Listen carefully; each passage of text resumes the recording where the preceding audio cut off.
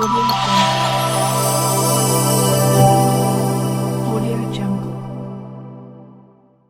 Kabajamtootaa fi jaalatamtoota hordoftoota Amusaar baga nagayaan gara Amusaariitti dhuftan jechaati. Har'aan kana barnoota dhimma Facebook irratti ajaa'iba ta'e tokko qabadhee isinii dhufee jira. Innis akkamitti Facebook akkaawuntii keessan yookaan akkaawuntii security Facebookii keessanii namni biraa isin waliin fayyadamaa yoo jiraate yookaan isinii yoo jiraate akkamitti baruu akka dandeettanii fi akkamitti ofirraa isa xallafame akka hiikuu dandeettan isin agarsiisuuf dhufee jira.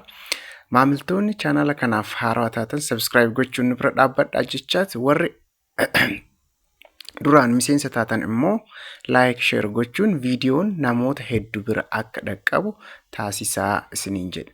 Kana booddee gara barnoota keenyaatti yoo dabarre ta'e Facebookiin icciitiiwwan hedduu of keessaa qaba jechuudha.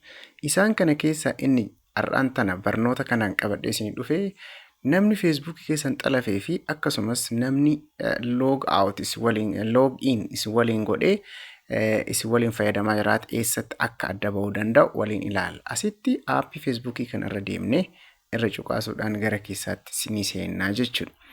Erga irra seennee booda gara profaayilii keessaniitti yeroo galtani isa akkas jiru kana ni argattu jechuudha. Kana booda profaayilii keessan irratti gara dalgaa kanatti ol ba'uudhaan tuqaa sadi as jiru irra cuqaasuudhaan gara keessaatti ni seentuu jechuudha. Isa kana tuqaa sadi arma jiru erga cuqaastanii booda peejii akkas jiru ni argattu jechuudha. Peejii kana irratti wantoota hedduu argitan help and support, setting and privacy, also from Meta, Instagram, message, WhatsApp kan jedhu jira. Gara dhumaatti ammoo log out kan jettu ni argitanii jechuudha. Asitti isin amma kan irra tuquu qabdan privacy and setting and privacy isa jedhu kana yoo ta'u isa irra cuqaasuudhaan gara keessaatti ni seentanii jechuudha. Ergasii asitti fuula kanatti erga dhuftanii privacy and setting jalatti waa hedduu argitu jechuudha. Sanaaf asitti setting isa jedhu kana setting xiqqaa as jalatti argitan kana irra cuqaasuudhaan gara keessaatti ni seentu jechuudha. Kanaaf isa kana asitti irra cuqaasuudhaan gara keessaatti ni seentu jechuudha. Yeroo irra cuqaasnee gara keessaatti seennu search setting yookaan Meta account center jalatti personal detail, password security, add preference, verification kan jedhu gaditti see more account center kan jedhu kan irra cuqaasuun gara keessaatti ni seentu jechuudha. Isa kan erga irra cuqaastanii account centerii keessan bira deemtanii asitti waa hedduu isin agarsiisaa jechuudha. Isa kanatti adda qoqqoodama isaa kanatti connecting experience kan jedhu gara gadii kanatti ammoo account setting kan jedhu argitu jechuudha.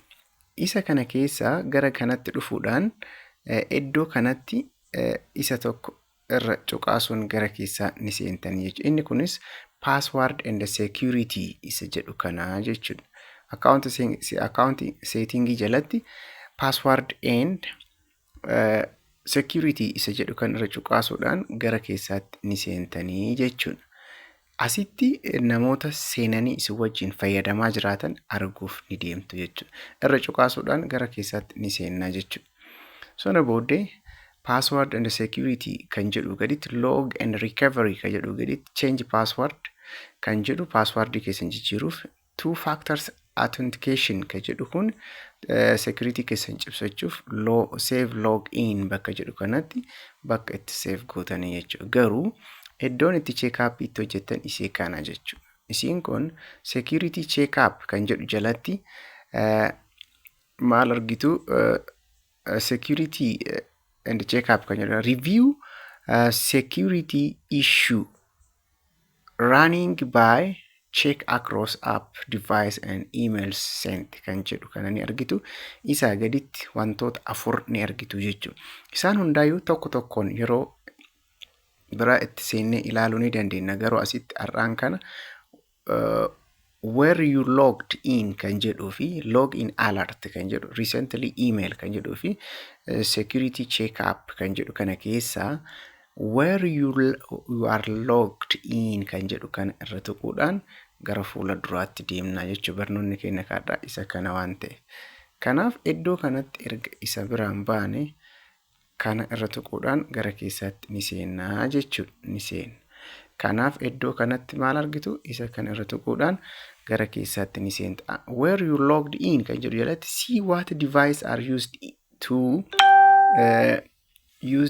to log into your account kan jedhu jalatti set up alert kan jedhu gad accounts kan jedhuti jira. Profaayilii kiyyaa fi fuula peejii kiyyaa asitti ni argitu jechuudha.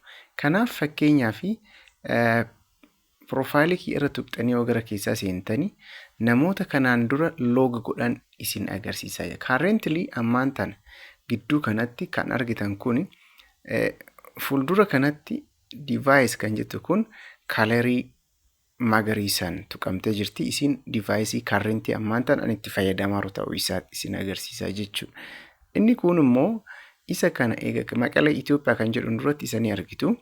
Gara gadiitti log in other device kan jedhu kunniin warroota kana dura na biratti maal ta'anii log godhanii jechuudha. Inni kun garuu hedduun isaa iddoo an taa'ee log itti godhe malee device ani fayyadamaa kana modeelli isaa Infinix Hot 40i kan jedhu Bahar Dar Hawaasaa akkasumas iddoowwan garagaraatti log in gochuu kii agarsiisa jechuudha. Kana isaan kanniin kan nama biraa asitti isinii dhufa jechuudha. Boksiin isin argitan kana jalatti kan namoota biraa as keessatti isinii dhufaa jechuudha.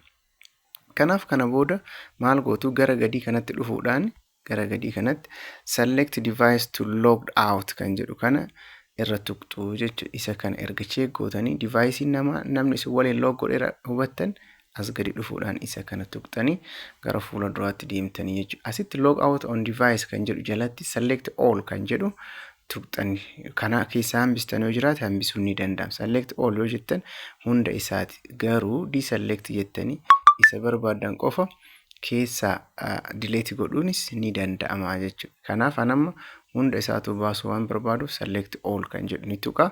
Sana booda iddoo gara gadii kana dhufuudhaan iddoo kanatti logged out kan jedhu tuqaa jechuudha. Kanaaf isa kana tuquudhaan logged out waan jedheef isaan kanneen deebi'ee argachuu hin danda'u. Kana booda koodicha na ergee jira gara profaayilii kiyyaatti na deebisee jira jechuudha. Koodii inni isin erga iddoo kanatti ni galchitu. Sana booda erga koodicha galchitanii xumurameera. Sana booda continue jechuudhaan xumuruu ni dandeetti. Asitti continue jechuudhaan xumuruu ni dandeettu jechuudha. Asirratti koodiin na ergame yoo jiraate isa yoo galcha ta'e active ni ta'a jechuudha. Kanaaf bifa kanaan Facebookii keessan namoota isin wajjin fayyadaman irraa bilisa gochuun ni danda'ama jechuudha. Barnoota biraatiin hanga walitti deebinutti nagaa naaf tura jechaadha. Garuu seetingiiwwan kana keessaa gara duubaatti deebi'ee kan isin agarsiisu isa kana keessaa log alertiin maal akka ta'e yeroo itti aanu kan waliin ilaallu ta'uu isaa asumaan isin hubachiisaati. Inni kun ammoo imeelota keessan isin achirratti fayyadamaattan hunda ka of jalaa qabu ta'uu isaati jechuudha. Viidiyoon har'a barnoota kana wajjin qabadhee isin dhufe isuma kana fakkaata. Barnoota biraatiin hanga walitti deebinutti nagaaf jaalalaan naa tura isin